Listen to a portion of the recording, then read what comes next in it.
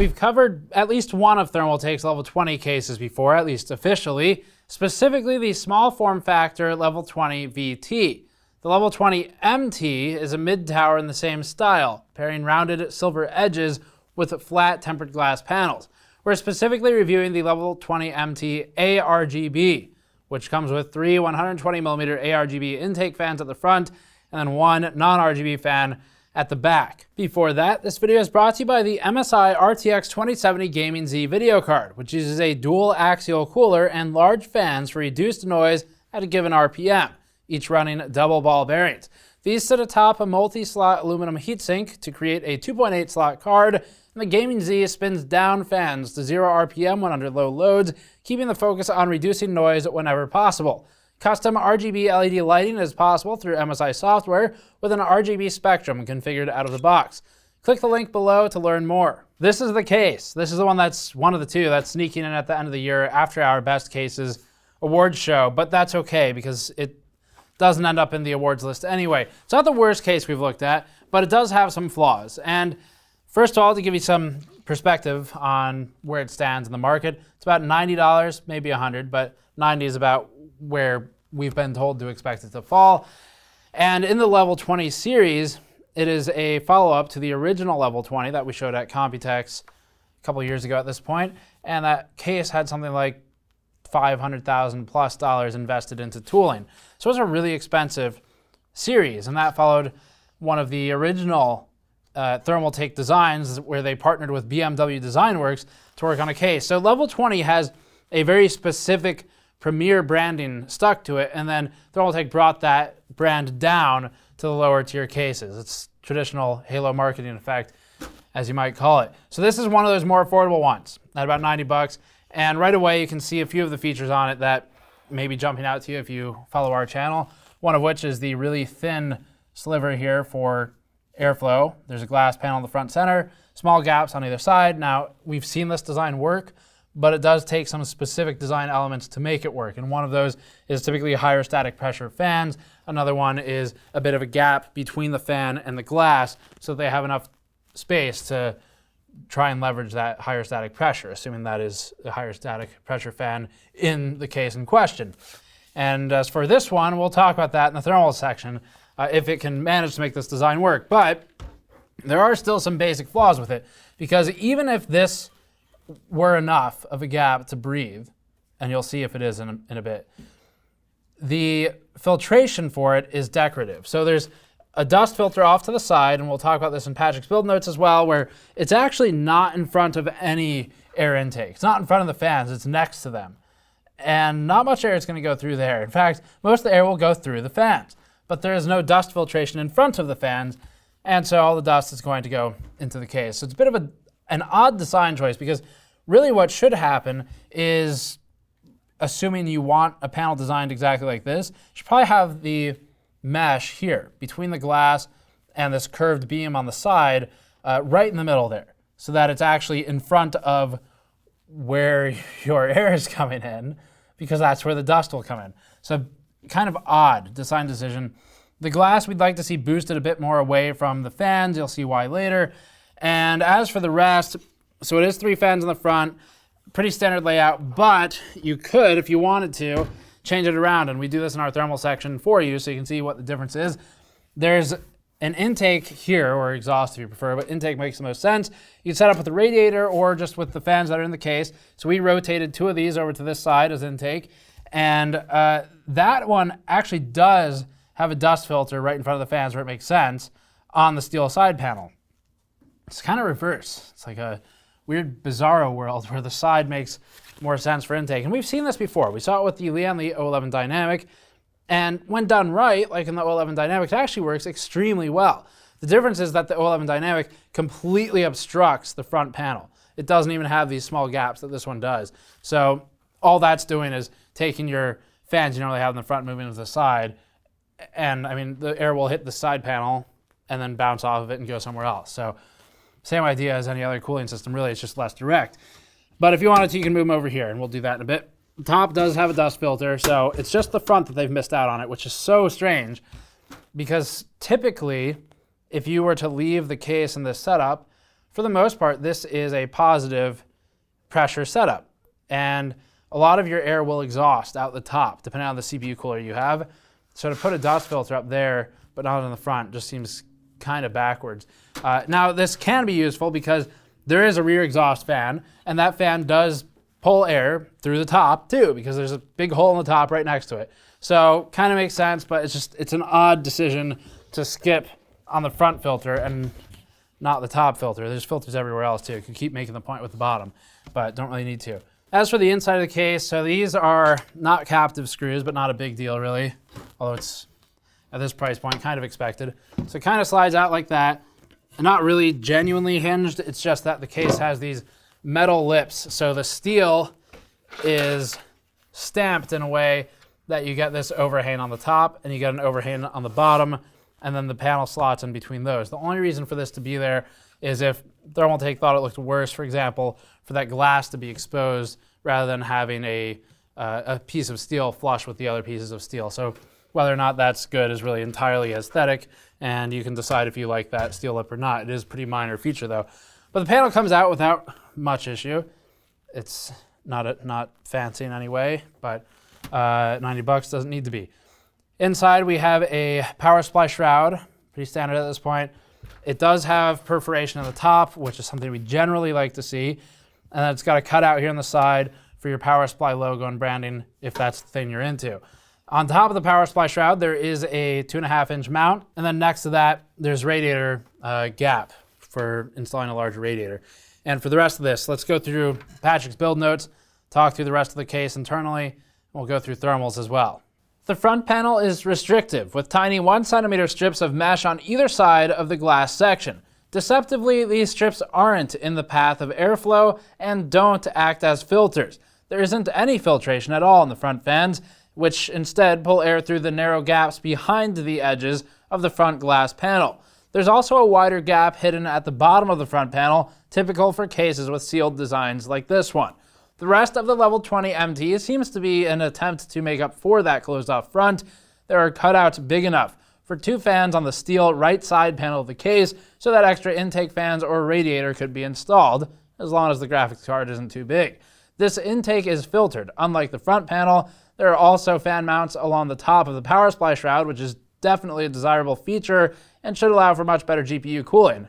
Except a bottom to top airflow pattern is generally encouraged by a vent at the top of the case. It's just that the bottom of this case is almost entirely sealed, and any fans mounted here will have to pull air from the front panel instead. There's almost no room at all for cabling either. We're used to removing unused hard drive bays as a matter of convenience, but in this case, it was a matter of necessity.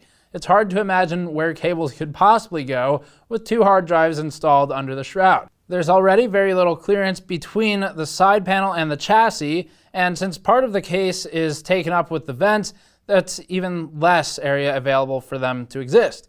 This also makes it difficult to get the steel side panel in place, since it's the old-fashioned kind with a steel lip at the front and tabs along the top and bottom that don't want to slide in if the panel is even slightly bowed out. The fan controller is the biggest sticking point with this case, for a couple of reasons. For one, it partially blocks the cable cutout that we would have otherwise used for the 24-pin power cable. That can be solved by unscrewing the controller and reinstalling it once the cable is through, but it's frustrating to have it in the way at all. It also has the same weakness that the Lian Li 550X controller did, in that it uses special 5-pin connectors for combined fan and RGB signals so that the fans can't be plugged into standard headers or the motherboard. These connectors do cut down on cable clutter, but at a cost. Unlike Lian Li's controller, there's no PWM cable, so there's no way whatsoever to control the speed of the 3 front fans other than soldering together an adapter. There are cables for external RGB control, and some credit is due here. There are adapters for ASUS, MSI, and Gigabyte pinouts, so the ARGB aspect should work well. The rear exhaust fan is non-RGB and just uses a standard 3-pin plug, which means that it can't be connected to the controller and set to the same speed as the other fans. Normally, that might be a negative, but the other problems mentioned with the controller cancel it out. The lack of fan speed control is a big oversight, especially for anyone hoping to install a radiator behind these fans, because the single locked RPM is generally low. A 360mm radiator can indeed be wrangled into place at the front of the case, as long as it can fit the gap in the power supply shroud. It would also have to be installed tubes up to fit in general, which we don't recommend for long-term use with closed-loop liquid coolers. Almost everything mentioned so far in this review is negative, so it's worth taking a moment to clarify that we don't hate this case.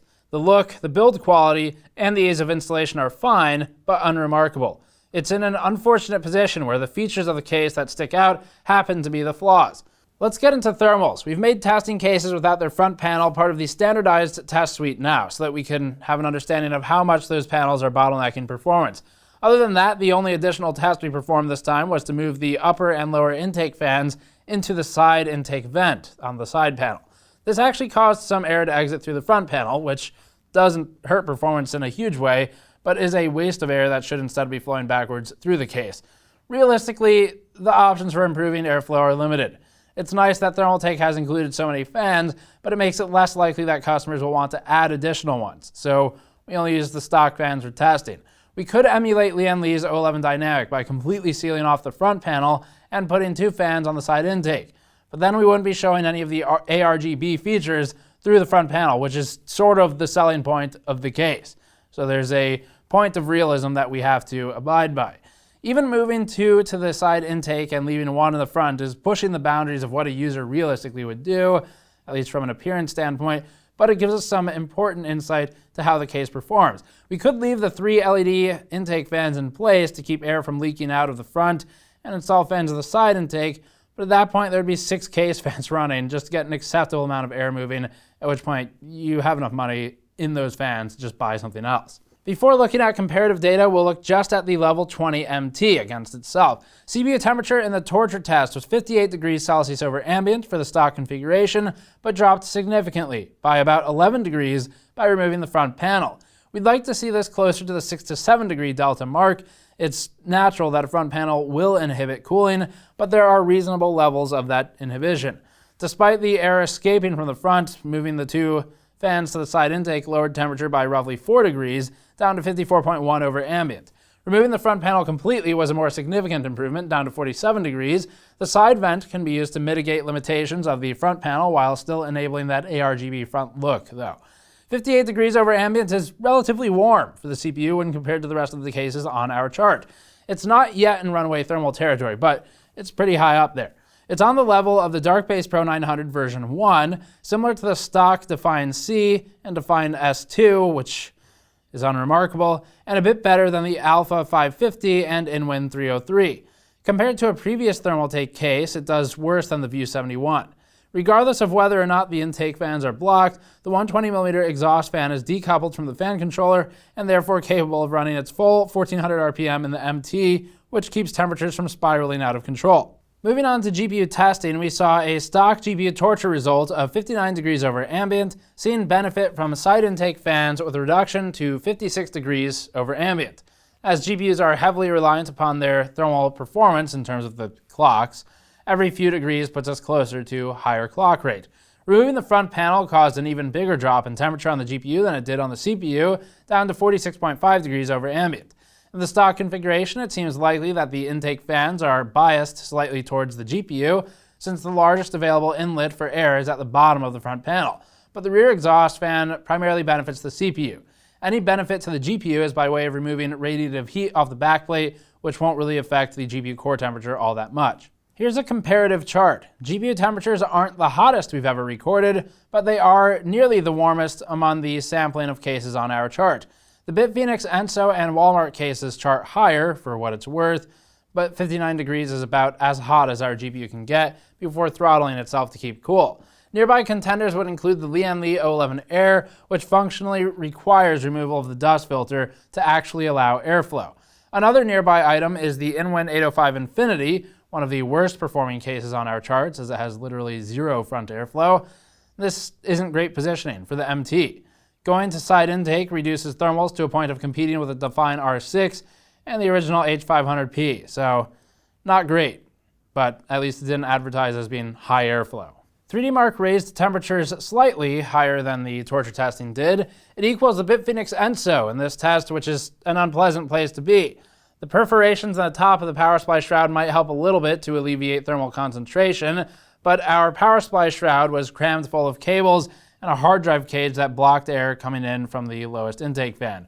Yours likely will be too, because this is with a modular power supply.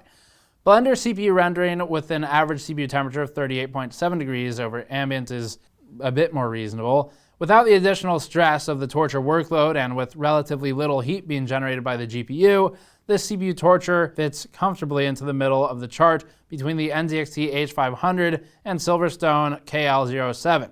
GPU rendering averaged 29.9 degrees Celsius over ambient, also a better temperature relative to other stock cases than was indicated by the torture test. The stock configuration isn't too bad for lighter workloads, where the trickle of air is still sufficient to drive heat out of the case. 39.4 dBA is our noise result for the noise chart we have on the screen now, and it's not excessively loud, but it is when you keep in mind that every other stock case test is performed with fans running at full speed.